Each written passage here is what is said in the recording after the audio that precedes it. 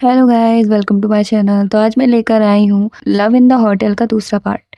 पिछले पार्ट में सियाओ के किस करने से ये जो सो गया था और इस पार्ट के स्टार्ट में सियाओ को वो सोते हुए बहुत ही क्यूट लगा क्योंकि वो चुप था। उसका कंट्रोल खो रहा था क्योंकि अब वो लीड बन गई थी। सो वो जल्दी से वहां से भाग गई।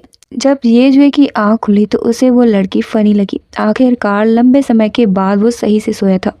लेकिन उठते ही उसने शेयर्स देखे। उसके सारे शेयर्स बिक चुके थे। जल्द ही लोफई और येजे वहां पहुंच गई। लोफई के पास 20% शेयर्स थे और येजे के पास 19%। सो येजे के पास बस 1% ही बचा था। यूजे ने हार मान ली क्योंकि लोफई के पास ज्यादा शेयर्स थे, लेकिन लोफई उसे विनर बोल रही थी क्योंकि वो येजुए से ज्यादा प्यार करती थी। वो बचा हुआ 1% भी खरीद सकती थी, लेकिन उसने येजुए को बोर्ड से नहीं निकाला।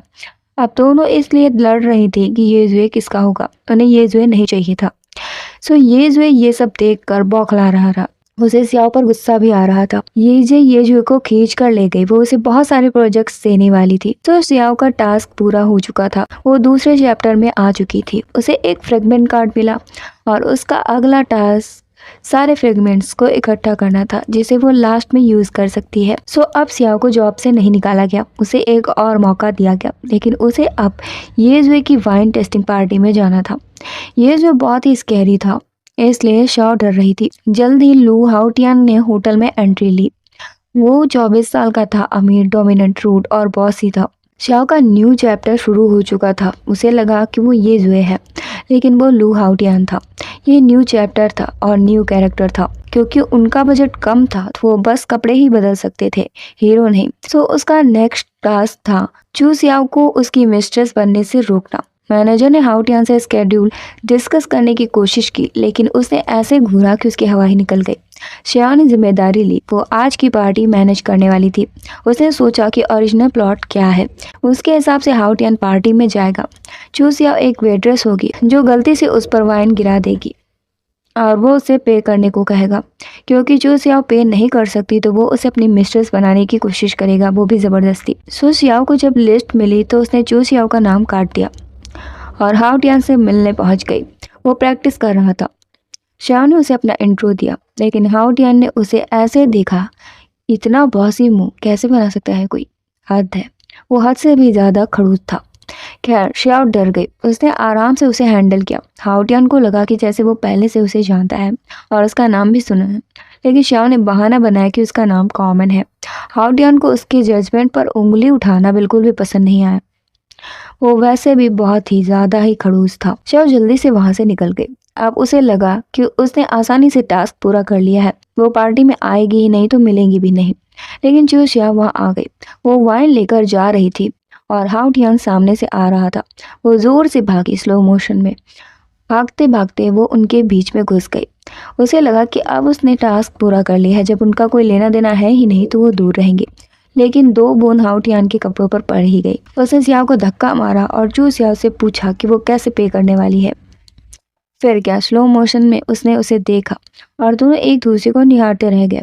लेकिन हाउटियान तो खड़ूस था। उसने पूछा कि वो उसे कैसे पे करेगी। श्याओ ने उसके कान में कुछ कहा और वो उसे खींचकर वहां से ले गया।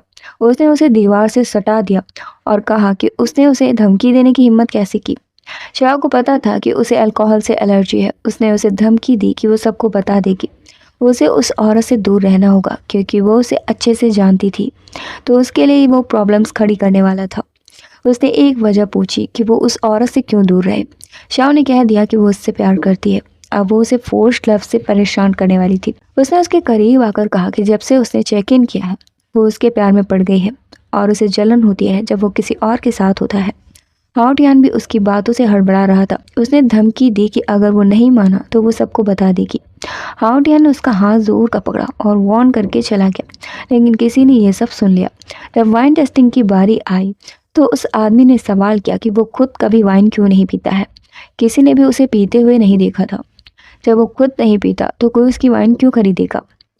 श्याओ ने बताया कि उसने नहीं बताया, लेकिन वो उसकी ही ओर घूर रहा था। सो वो आदमी हाउटियान को पीने के लिए मजबूर करने लगा। सो श्याओ ने वो वाइन पी ली और बताया कि वो उसकी हाउसकीपर है और वो वाइन हाउटियान को डिजर्व नहीं करती। सो वो आदमी उसे और भी ज्यादा पिलाने वाला था। हाउटियन ने उसे रोका और खुद सारी वाइन पी ली। वहां से निकलते ही उसकी हालत खराब हो गई। श्याओ उसे कमरे में लेकर गए और उसे बचाने की कोशिश की, लेकिन वो बेहोश हो गया। उसे याद आया कि नॉवेल्स में कोई भी अजीब चीज बीमारी ठीक कर देती है, तो उसने उसे मुंह से हवा देना शुरू कर दिया। एक बार में ही उसको होश आ गया। उसने पूछा कि क्या उसने ही उसे बचाया है, लेकिन श्याओ ने झूठ बोला कि वो डॉक्टर को लेकर आई थी। खैर, उसने बताया कि उसने सच में किसी को नहीं बताया था, लेकिन उसे पता कैसे चला ये बात तो किसी को भी पता नहीं थी। श्याओ ने सिंपली बहाना बना दिया कि वो उससे प्यार करती है, इसलिए उसके बारे में सब कुछ पता है। हाउ टियान को भी पता था कि उसने कुछ नहीं बताया है, वरना वो उसे धमकी नहीं देती, सबको बता ही देती।